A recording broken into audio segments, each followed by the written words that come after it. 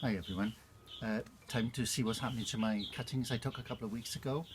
I started off by doing some camellia cuttings and I did a couple of different types. This one, which I put in this jar, if you remember, it was quite a long shoot. It was from there to there, so it was quite a long shoot. As you can see, it failed miserably. There's nothing there at all. They all died. Well, I only put two in, but they both died. So that was a failure. Put that one down there. Then I did the bud cuttings, which were just the little bud on the top and then just one leaf for two leaves.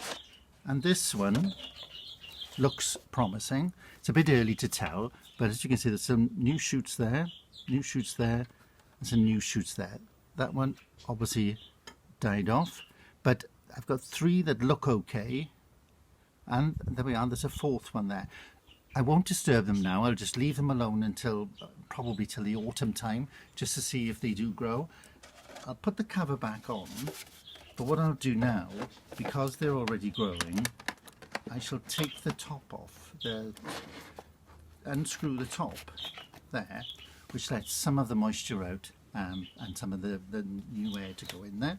So that one looks promising, and hopefully we can do some more next year.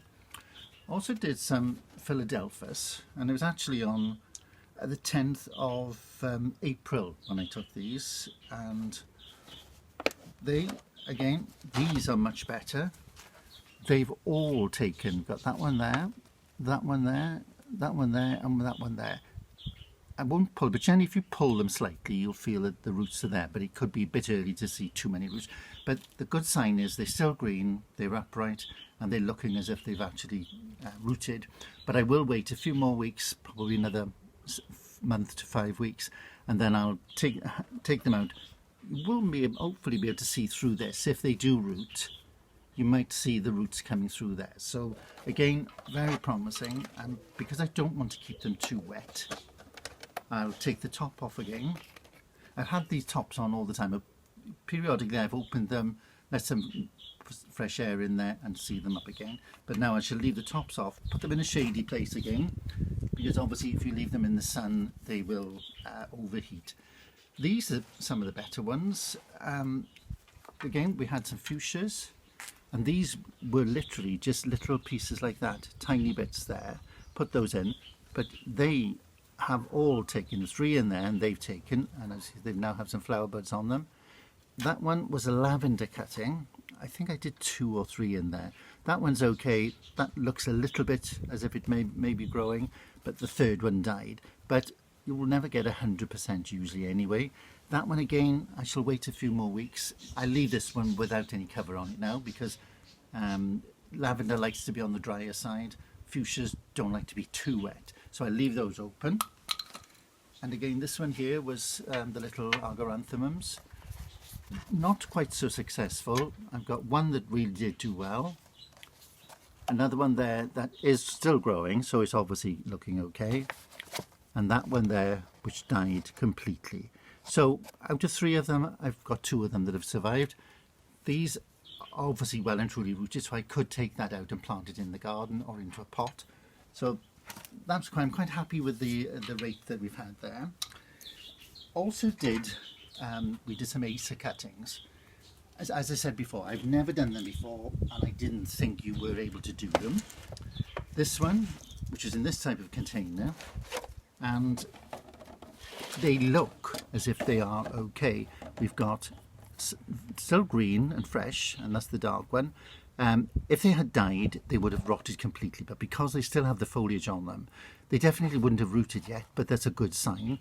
And these were planted without rooting powder, and they were in compost. So that was quite interesting, because I did an experiment. I did some with rooting powder, some without rooting powder, some with vermiculite and different things with them. I'll put this back on just to keep them covered, because I don't want them to dry out too quickly.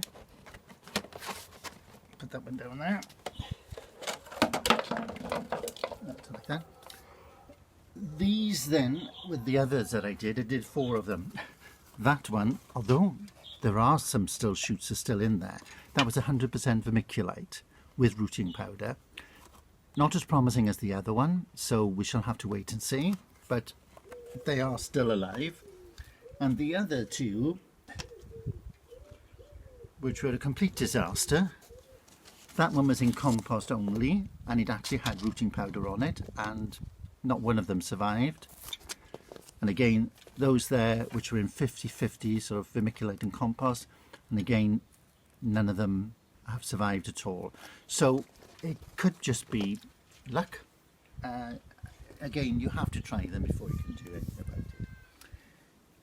This, on the other hand, these are little hydrangeas, and they're variegated foliage.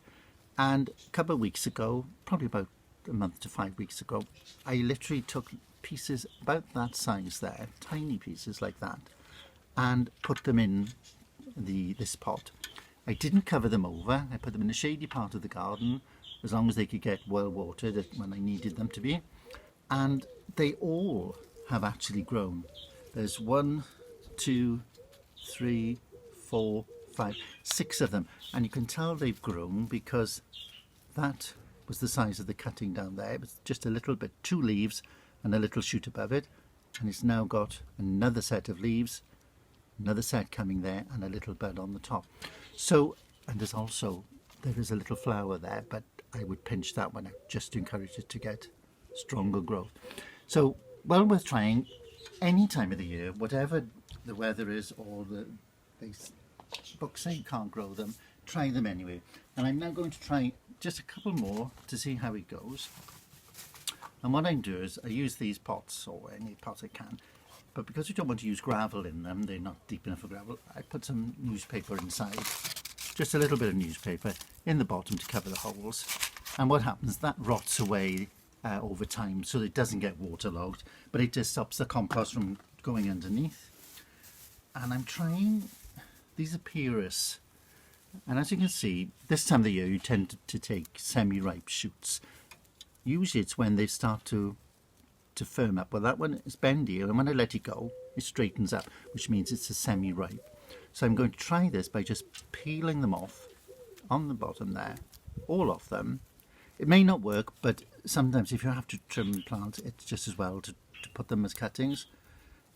The only downside of that is that you could have about 500 cuttings.